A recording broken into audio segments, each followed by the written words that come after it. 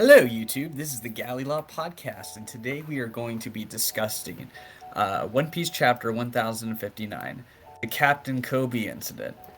And and obviously this is your host, Geboss, and well, he's Geboss, and I'm Akainu Fanboy. And so please like this episode and subscribe. Um, we're continuing here, and we see Caesar Clown is stronger than Katakuri and Oven. True. They're hitting each other both. They both took a hit. Yeah. Which will then most likely lead to the Vince Smokes getting away. Yeah. I thought that it was kind of funny because they're just getting clowned on by Caesar at this point. That's a good pun. Yeah. Yeah. Didn't even think about it, but no, I think it's kind of hilarious, like Caesar being kind of OP in terms of gas like that, because he can just change the way his gas works. Mm-hmm. So totally. Yeah, so it's interesting that they're taking this approach. Everybody kind of thought they were going to be passing out and everything, but that was not the case. So going forward, we basically see the Whitebeard Pirates continuation with Marco. Oh, red in hair. A way. At the red hair Pirates. My apologies. So we get to see what happens to Marco, and then we get to see Shanks once again, reaching out, being like, "Hey, join my crew again," which is a callback to earlier in the story when Shanks went on to Whitebeard's boat, way back when.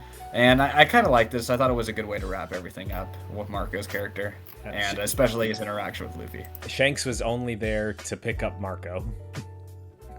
Yeah. But yeah, I know a lot of people were upset that like Luffy didn't even speak with Marco. But in this next flashback, we see that he at least did say like, "Oh, thanks for saving me in Marineford." Yeah. So we got some good closure there. Yeah. And then we also get closure with Yamato and Luffy. And I remember going back to when Green Bull came back and Shanks pulled up, and I was kind of expressing that whole point. This is why she isn't going to join the crew, is because look, she didn't scare away anyone. You know, that was Shanks who did all the work for her. So if she's the guardian of Wano, then she should be staying right now.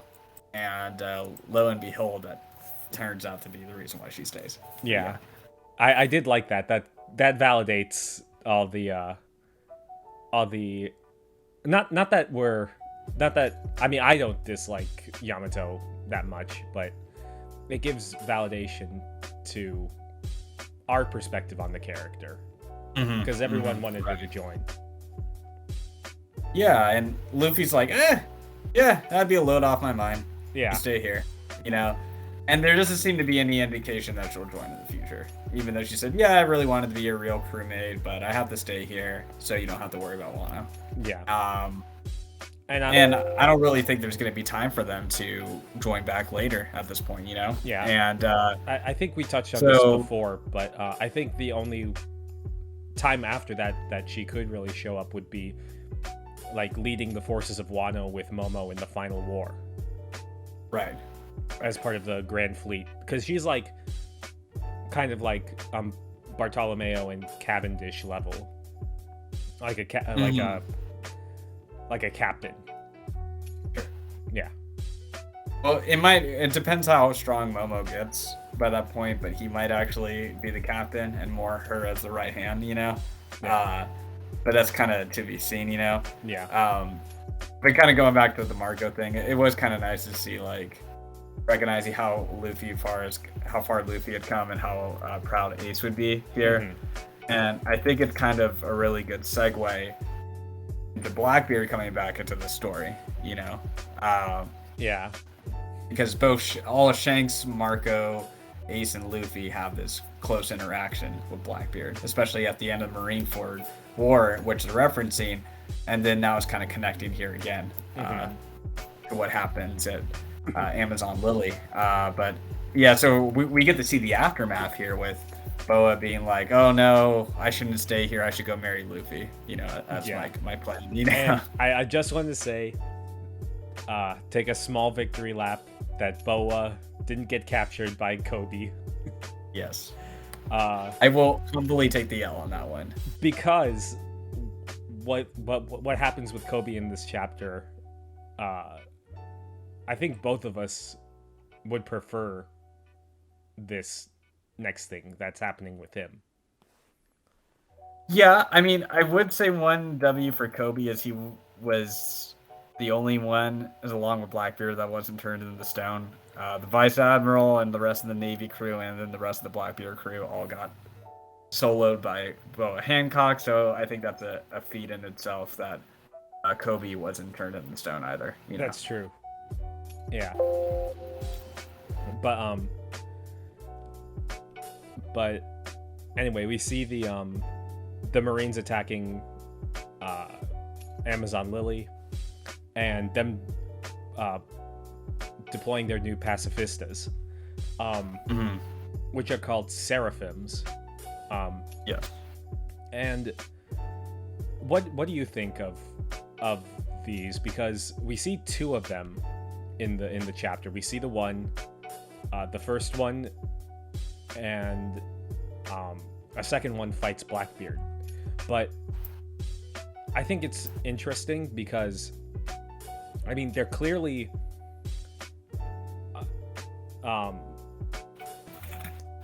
they clearly are a combination of like the warlords and Lunarians. Yeah. So I think that's really an interesting approach, because this probably goes back to the lineage factor. These are probably artificial. Do you think that these are straight up pacifistas, or do you think that they're more like cyborgs like Kuma that are like, because what I'm kind of thinking is that like Vegapunk can kind of grow these artificial humans based on the DNA of the warlords, because you see one that looks like Hancock, and you see one, the one that's fighting Blackbeard. He has like the eyes of Mihawk, and even his sword looks like Mihawk's. Yeah. So, I think that's interesting, because they're like, oh, like we don't need the actual warlords anymore. We can make them stronger, but having basically their same recognizability. Yeah. And a lot more efficient too, because the other warlords would always screw around, Yeah, and if that's the case, then like Vegapunk's like really powerful just to create stuff like this. I guess something that's stronger or like a suitable alternative, at least to the warlords, is clones of the warlords, I guess. True. But just like a theological perspective real quick, they're referred to as the Seraphim, which tend to be known as like the highest level in terms of the angel choirs in Christian theology too, So I think that's kind of an interesting perspective with the wings and their power levels and things like that. Yeah. And so they basically seem to be making short work of the Kuja pirates going in, and I was shocked to see Blackbeard show up and everything. Yeah. I thought that was pretty crazy. I did not see that coming, and I think it destroyed tons of theories of what Blackbeard was doing. Like tons of theories. Yeah, including ours with the whole cake thing, but also like that he was finding an ancient weapon thing or going after Solo. Yeah. So that was pretty wild, and then also one kind of little note I thought was interesting when he's talking with his crew. You have Vasco's shot saying, hey, like, we'll have more fun if we took her alive, right? Mm-hmm. And what I kind of find interesting is he's like kind of like this pig wolf woman, like you take advantage of her. And I think there's evidence to suggest that Vasco's shot's going to be Sanji's opponent, because Vasco's shot was matched up with Lucky Roo and Marineford. Mm-hmm. Lucky Roo's kind of seen as the Sanji as the crew. So Vasco's shot, we're starting to see his character more as like a pig or someone who would like take advantage of women and things like that. So kind of being fleshed out here. So I kind of thought that was interesting for like an endgame perspective. Yeah, I didn't think about that, but yeah. Yeah, so I kind of, that's cool to see, because like Vasco Shot and so Katarina Devon are like the ones that are kind of getting showcased the most here. Yeah, even though they get like one shot basically in this chapter. Yeah, I will say one point I do want to bring up. We see this Vice Admiral here, and I'm just like, what is Akainu thinking? Like, we've seen that he has not sent one admiral to go after a warlord. No, that's because they were too beat up after the reverie, after Sabo. Oh my gosh. No. But also, okay, Kizaru completely fresh too. I'll add that in there. Yeah. So, Buggy no, Mihawk no, Weevil, from what it seems, no, and then Hancock no. So, they didn't send one admiral to catch a warlord at all. Like, well, we saw Fujitora going somewhere, but it didn't say where. So you think from a strategic standpoint, you wouldn't announce the abolition of the warlords until you have your forces all ready to go with admirals in each area? It's true. You know, it kind of seems like a plot hole / plot armor to get the warlords away. Yeah. That's kind of what it looks like to me, you know? I mean, yeah, the SSG look powerful, don't get me wrong, but an admiral, that's just kind of a slam dunk, you know? But, I mean, to be fair, sorry, Koby looks more competent than the Vice Admiral does. Like, he's the one telling Hancock to surrender and everything. Yeah, and also what I did find interesting, they refer to him as the hero, like Hero Garp, you know? And even Blackbeard's referring to him like as a title. Yeah. Like someone, even like a level of respect here, which I kind of thought was really interesting to see that. Because he does look, you know, more adult. You know, he's come a long way, and he has a Yonko kind of showing him a little bit of respect too. Yeah. In a way. Yeah. I think it's interesting that he's not that he got the title hero from that, rather than basically standing up to Akainu and causing he basically caused the end of the war. I mean, Shanks was there, but he was the one that stood up first. So exactly, and maybe we could talk more about that later. Yeah. Just once you get to them all interacting, but real quick, I did want to talk about the Mihawk looking SSG Seraphim, because that was like one, he made Blackbeard sweat. Okay, and then slices this whole island in half. That's is that stronger than Zoro chopping off the horn of Onigashima? Yeah, I think so. Way? Yeah, this is a whole mountain. It's a whole mountain, and you know what? I'm gonna go there, but like everyone's like, "Oh, Green Bull is so weak," because look how scared he is of Shanks. Blackbeard looks kind of scared right here. Yeah. And as we find out later in this chapter, these Seraphim are not. They do not get one scratch at all. Yeah. From this whole, and they're clashing with the Yonko too. That's true. Yeah. Just saying. Did we just meet Zoro's final opponent? It's not going to be Mihawk. It's going to be this Lunarian Seraphim Mihawk. I would laugh pretty hard if this takes out Mihawk. That'd be kind of funny. Yeah. And is this the first time that we've seen Blackbeard use hockey? I think you may be correct. Yeah, because we haven't, like, the hockey was like obviously announced post Marineford, or at least like illustrated more, right? And now we see this happening right here too. So, which I kind of think is interesting.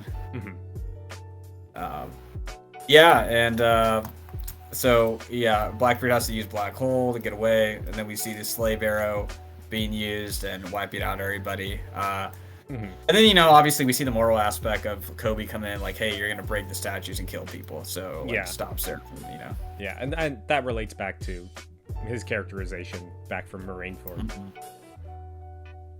Yeah, and which just, again, it just leaves him, a Yonko, and a former warlord, just these three here, which is kind of a cool shot. And yeah, I don't know, it's kind of interesting, to see this this whole panel here, because Blackbeard, you rarely see him unnerved, but he was unnerved when Koby was giving his speech trying to end the war. Yeah. So it's interesting to see these two connect again. And nobody, I think, predicted this interaction to come at all, which I do appreciate. Gives me hope that Oda still was playing on his A game and everything. Mm-hmm. But I don't know. Yeah, it's. I think it does speak a lot about his power, and I think his role for the story too, later on. And it even talks about the incident of the Rocky Port incident. Yeah. That made it possible for him to oust Oku, whatever that is. But well, we'll get to I don't think we. Yeah. So, what were your thoughts? Well, first thing that I want to say is the bounty increases. Blackbeard, Luffy's the lowest Yonko right now in terms of bounty. But Blackbeard just right up against 4 billion, and Hancock 1.6 billion. And again, people sleep on her power, but anyway, I think it's interesting that Blackbeard's going after her power, because what do you think about Hancock's statement, like my beauty is what makes the power formidable? Because I think I was reading somewhere, like Oda answered, like if someone wrote to him and asked if an ugly person were to eat her fruit, what would happen? And I think they said there's like an inherent, like once you get it, you inherently become more desirable or whatever, even though I don't think your look would change. And who do you think, because I don't think Blackbeard would have the fruit himself, but who do you think he would have given it to? Burgess. Yes. Just because Burgess is like the only one I can think of without, it has like a fruit right now. I mean, Vasco Shot doesn't have one.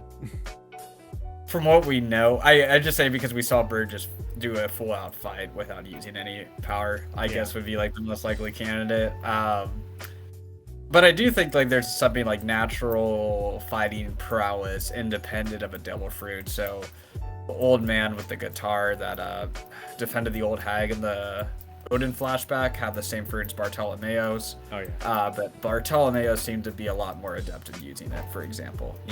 Yeah. And I think that's kind of a similar thing with Boa right here. She's a lot more adept, and it does work well with her beauty, obviously. Yeah.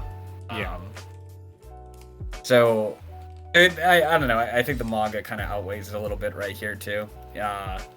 In that respect, because she kind of soloed an entire army here. That's true.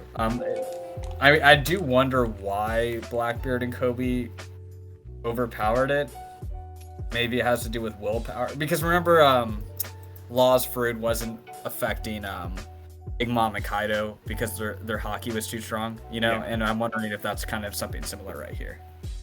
I mean, it could be, but like Boa's whole thing was like she introduced her, and the Kuja introduced haki basically, rather than just hints of it.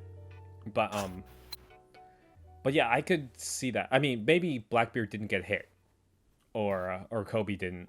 But yeah, that could definitely be. Or maybe Luffy, or maybe Kobe's just kind of like Luffy. He just doesn't really care. Yeah, well, Blackbeard does care. Like we see him attracted to multiple women.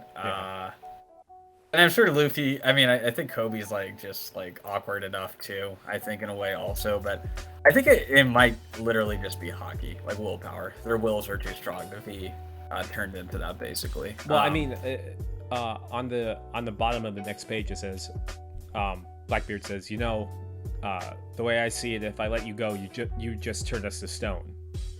So, like, he's negating her powers right now because of his devil fruit. Yeah.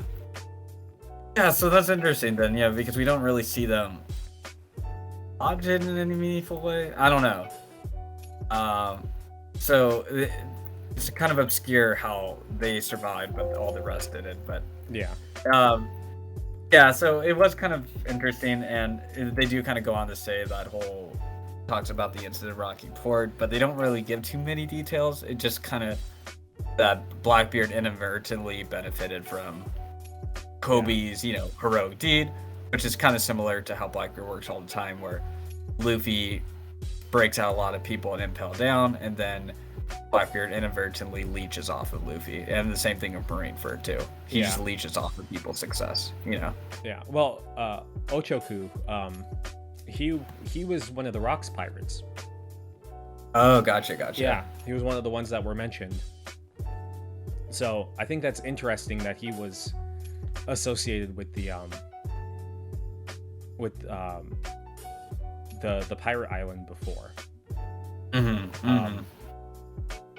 And I wonder, I won't say if he's the 10th Titanic captain, because there's speculation for all that, but yeah. But Blackbeard does have that connection with Rocks.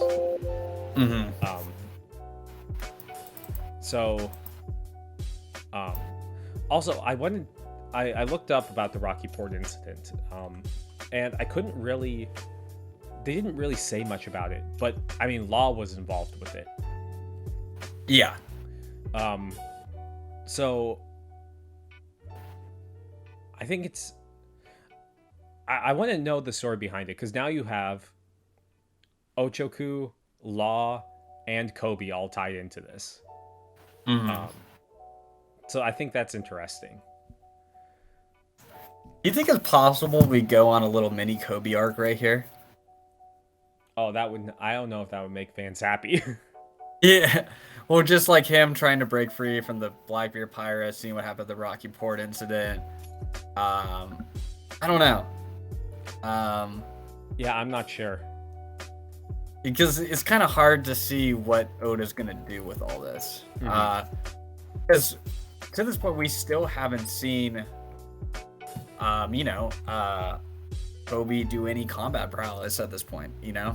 We haven't seen any of that, which kind of find fascinating in that respect. So, I don't know, we'll see, but it was, crazy to see Rayleigh. I mean, it makes sense why he'd show up and that he would, Well, now it makes sense now that we know more about Shocky, but, yeah. But, I think it's interesting that he's basically just like, they're comparing it to the end of Marineford, like, he's de-escalating stuff like Shanks did. And speaking of Blackbeard sweating, he's sweating at the sight of Rayleigh, so... then Rayleigh goes on to say, like, on a one-on-one, I wouldn't be able to take him. Yeah, he says, circumstances allowed me to resolve this just based on my reputation. Exactly. So that's what I kind of think of, like, you can read so much into the Shanks Green Bull thing, You can just say this here, And I think Blackbeard was in an easier position to take out Rayleigh here than, Green Bull getting out alive with fighting all them at once, I mean, to be fair, again, going back to, like, people clown on Green Bull, but they don't clown on Blackbeard for this. Because if you look at Blackbeard, he's in a very similar situation. Like, he's there by himself, versus, given it's less, like, hard-hitting people, but you have, like, if you scroll, if you look at the previous thing, like, there's still a lot of the Kuja pirates that are still up. Like, he only brought Devon and Vasco Shot with him. And, like, if Boa gets let go, it's Rayleigh, Hancock, the Kuja Pirates, and Koby that he has to contend with. So... Well, if anything, it makes Blackbeard's situation less sympathetic compared to Green Bull, because Green Bull was up against a lot more. Yeah. Yet Green Bull gets clowned on more for his situation. You know, the hypocrisy of the One Piece fans. Just some particular stands, and I'll leave it at that. But it's and we don't really get to see too much how this situation is resolved. Everyone kind of dips out. It is weird how Blackbeard could kidnap Koby if Rayleigh's de-escalating the situation, you know? Because I assume, like I said, there's so many gaps in this chapter. I enjoyed it. I'm not trying to hate on it, but it's just like, I assumed Hancock turned everybody from stone back into normal. Yeah. And then all the Marines are there and the Blackbeard Pirates are there, and then Koby just randomly gets kidnapped and they take off. Yeah. And why would they kidnap Koby? Well, there's some speculation on that, but before we get into that, I just wanted to briefly talk about Shaki, and it makes so much more sense now that Rayleigh has that connection with Amazon Lily and knew where to go. Exactly. With Luffy. Right. Like her being an ex-empress, which implies that, I think she said she was in her 60s or something, but that implies that she's older than Elder Dion, who's unless like it's like in Naruto, the third Hokage took over for the fourth Hokage after he died again. Or something like that. But I did not expect that. I was watching JD Legend's reaction to it, and he said that this was a theory in the fandom. I've never heard this theory that she was a Kuja pirate before. Yeah, same. This is the first. But yeah, I mean, it makes sense with the Rayleigh now about that. But yeah, do you have any other thoughts? Because I just thought it was, not that it was out of left field, but it was different. Yeah. No, totally. And no, I enjoyed it. It was a good connection, and it's, just stringing everything together, which Oda's great at and everything. So we're just discussing this last portion here. They're gonna be docking at Egghead Port soon. I don't think have any knowledge of where that is, but word is spreading now of Koby being abducted. And so what do you think? Why would Blackbeard kidnap him? So I was just reading some fan stuff, and I saw one person say that Blackbeard would turn Koby over to Buggy. And maybe do like a pirate alliance, because Koby, and then that way there would be like a connection there with Alvida, like re-meeting Alvida. Okay. So that was pretty much the only thing that I could see about that. Or maybe Kobe's like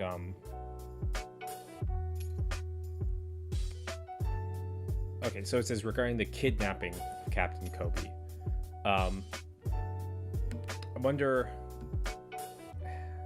Again, I want to see the official translation, because I don't know if they would say like the disappearance, or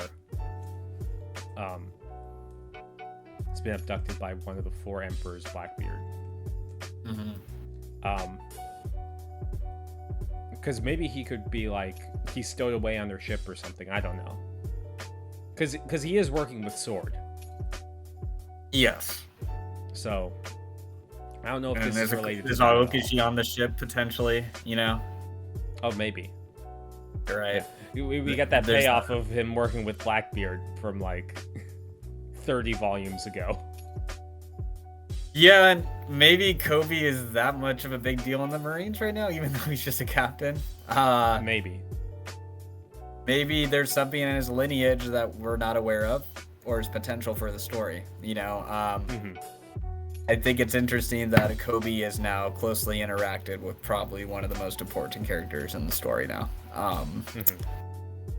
Yeah. Yeah, it's fascinating. Yeah, which you and I briefly talked about before recording, that we both think that this is a better way for his story to go than just capturing Hancock. Because he's more involved with, like if he captured Hancock, he would just get a promotion, and that would be it basically. But now he's like more involved with the story. Yes. So, yeah. Because we're in this final saga era where it's just roughly Shanks, Blackbeard, I guess Kid, and Luffy, and the world government. Yeah, and it's like these in between chapters set up a lot about future important things, and specifically featuring Koby like this. I think he has a big role to play. Yes. Yeah. Exactly. And I'm wondering, maybe it like directly brings in Koby. Like, we don't know what the next arc is going to be. Yeah. Another thought here too is that maybe this is setting up the Koby Luffy versus the new Rocks, which is Blackbeard. Yeah. Like Garp and Roger. Yeah. Yeah. I think that's definitely in the realm of possibilities now. Yeah. This is this is like a new thing. It's a lot of hype for his character if Blackbeard felt the need to kidnap him. And maybe he volunteered himself to go, like, I'll leave if you don't hurt these people, kind of thing. That's another possibility. Because he could have, I don't know, maybe like, I'll just destroy the whole island with my quick, True. But yeah. I don't know. Again, we don't really have a firm way that we're going. No. A set path, which is exciting. We just know Katakuri's trash. And we just know we just know that Caesar Clown is the GOAT. And we know, like, there's just frauds who interpret too much into the scared face with sweat coming down. Power scaling. That. But everybody's like, oh, Shanks pulled up Akainu sweating. Ergo, Shanks is stronger than Akainu. 100%. And then, like, Oda's like, no, just because you're sweaty doesn't mean you're weaker or anything, Yeah. But if you, like, let's just think of that instance. Like, Akainu heard about red hair Shanks. He's like, oh crap, he's like right here and I'm weakened. Like, of course you're gonna be shook a little bit, Like, reputation can be overwhelming, as Rayleigh points out here, right? Yeah. So, but anyways, that's the end of my rant. Anything you want to finish on? I think out of everything in this chapter, and there was a lot, I think I'm most intrigued about these new Seraphim. I wanna know more about them. Yeah.